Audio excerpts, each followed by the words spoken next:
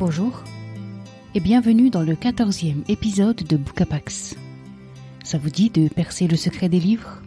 D'aller voir comment ils sont construits? Venez, je vous emmène dans les coulisses de l'écriture. Ce podcast, c'est pour vous, passionnés de lecture. Ensemble, on va se glisser dans les arcanes du style, fouiller les tréfonds du langage. Vous aussi, vous lisez un livre en cherchant à savoir comment il est bâti? Alors suivez-moi.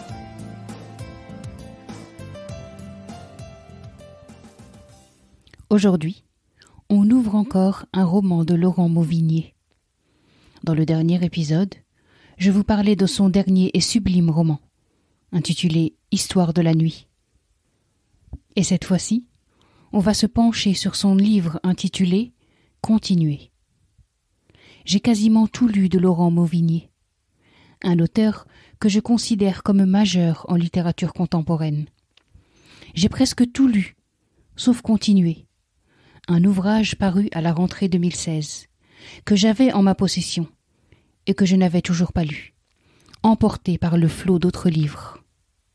Et puis, fin septembre, j'ai été ébloui par Histoire de la nuit.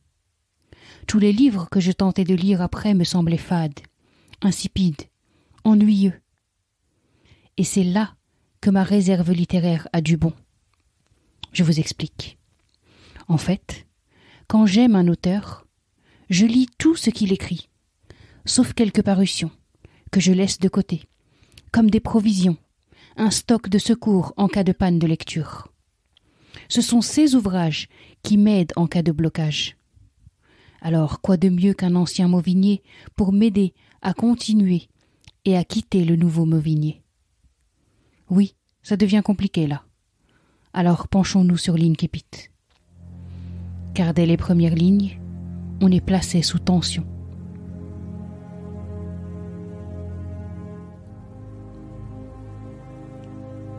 La veille, Samuel et Sibylle se sont endormis avec les images des chevaux disparaissant sous les ombelles sauvages et dans les masses de fleurs d'alpage.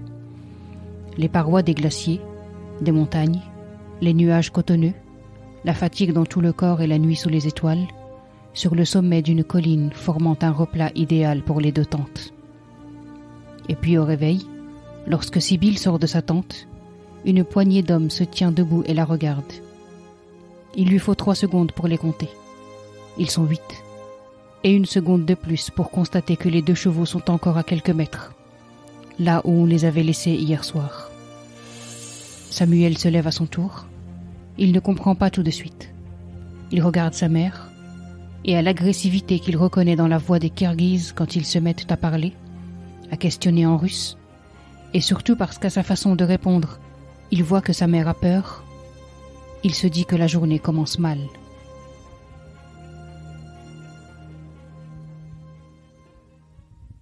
Vous la sentez, vous aussi, cette peur?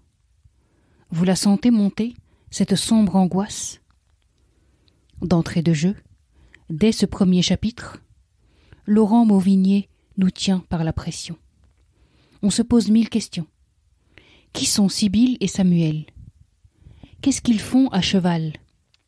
Qu'est-ce qu'ils font au Kirghizistan? Et qui sont ces hommes qui les envahissent au réveil? Pour avoir un début de réponse, il faut que je vous fasse un bref résumé de l'histoire. Sibylle, mère célibataire submergée d'angoisse, élève seule son fils de 16 ans, Samuel. L'adolescent est tourmenté, il décroche scolairement et fréquente des garçons proches des skinheads. Après un drame qui a failli faire de son fils un criminel, Sibylle décide de vendre la maison que lui a léguée son père et de partir avec son fils. Direction, le Kirghizistan donc, où mère et fils vont parcourir le pays à dos de cheval durant 3 mois. Le père de Samuel, lui, veut envoyer son fils en pension. Mais pour Sibylle, c'est le meilleur moyen de le perdre. Alors, pour ouvrir Samuel au monde, pour le toucher au cœur, pour le pousser à grandir, Sibylle l'embarque à dos de cheval dans les grands espaces du Kirghizistan.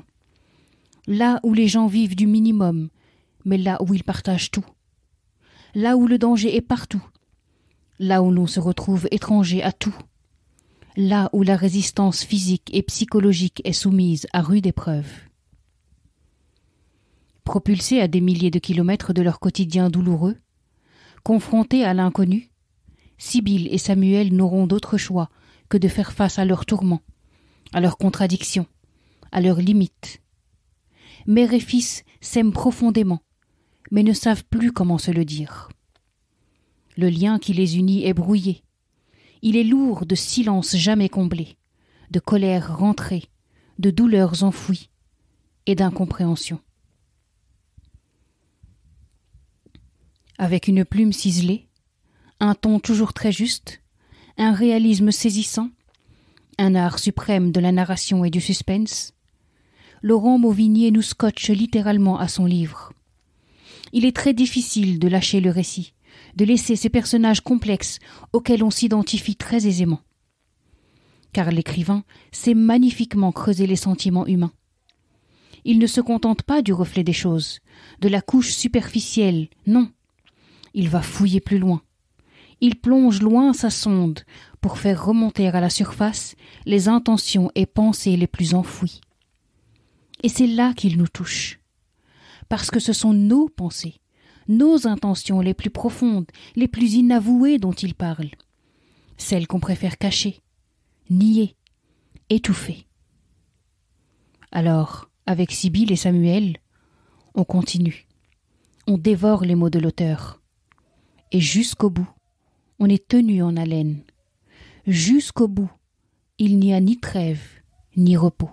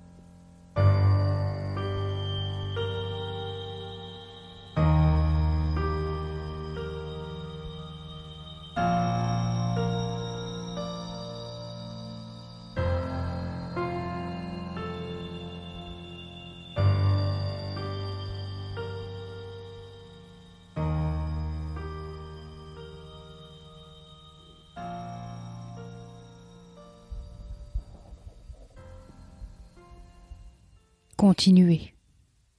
Un titre qui claque et qui prend tout son sens au fil des pages. Il est impératif de continuer malgré les échecs et les regrets du passé, malgré les espoirs perdus, malgré les rêves envolés. Il est impératif de continuer malgré le danger partout présent, les rencontres surprenantes ou fâcheuses, les pièges du terrain qu'on ne maîtrise pas et les silences emmurés. Il est impératif de continuer parce qu'il n'existe pas de retour en arrière possible, parce que c'est loin d'être un jeu d'enfant dans lequel s'engage Sibylle. Le silence la coupe de son fils. Il empoisonne leur relation. Ce même silence est de plus comblé par les mots et jugements pas toujours heureux du père de Samuel, qui voit en son ex-femme une personne fragile et instable. Ce sont donc plusieurs combats que doit mener Sibylle. Contre elle-même et ses démons, contre son fils et son mutisme hostile, et contre son ex-mari et les étiquettes qu'il lui a collées. Comment y arriver? Comment s'en sortir et dépasser autant d'obstacles, internes comme externes? L'amour maternel, puissant, ravageur, fait déplacer des montagnes. Couronné du prix Culture et Bibliothèque pour tous, Continuer est un livre qui vous happe, qui vous frappe, qui vous transperce tant ses mots sont justes, tant la réflexion qu'il propose est pertinente, tant la langue est sublime aussi. Le fils de Sibylle, si dur et si fragile à la fois, on le voit, on sent ses hésitations, ses doutes, ses rébellions, et on s'attache à ses vulnérabilités. On va jusqu'à lui pardonner cette haine de l'autre qui lui vient de fréquentations douteuses. Écoutez plutôt cet échange qu'il a avec son père vers la fin de son voyage. C'est à la fois si simple et si juste. T'es quand même pas devenue kirghize, non? Non, c'est juste que j'ai compris un truc. Un truc? Si on a peur des autres, on est foutu. Aller vers les autres, si on ne le fait pas un peu, même un peu, de temps en temps, tu comprends? Je crois qu'on peut en crever. Les gens, mais les pays aussi en crèvent, tu comprends? Tous. Si on croit qu'on n'a pas besoin des autres, ou que les autres sont seulement des dangers, alors on est foutu. Aller vers les autres, c'est pas renoncer à soi.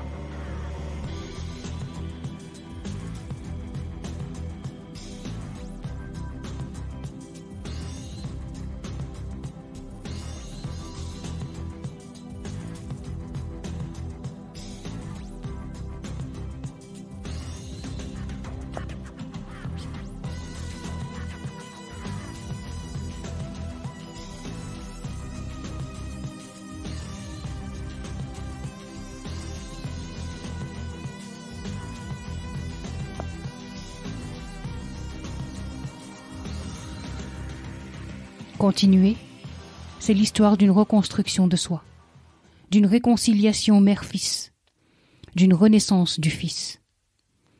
Au fil des jours, au fil du voyage, l'introspection se fait. Elle est difficile, éprouvante, parfois violente, mais peu à peu, elle s'installe et amène les personnages vers l'ailleurs, vers l'autre et vers soi.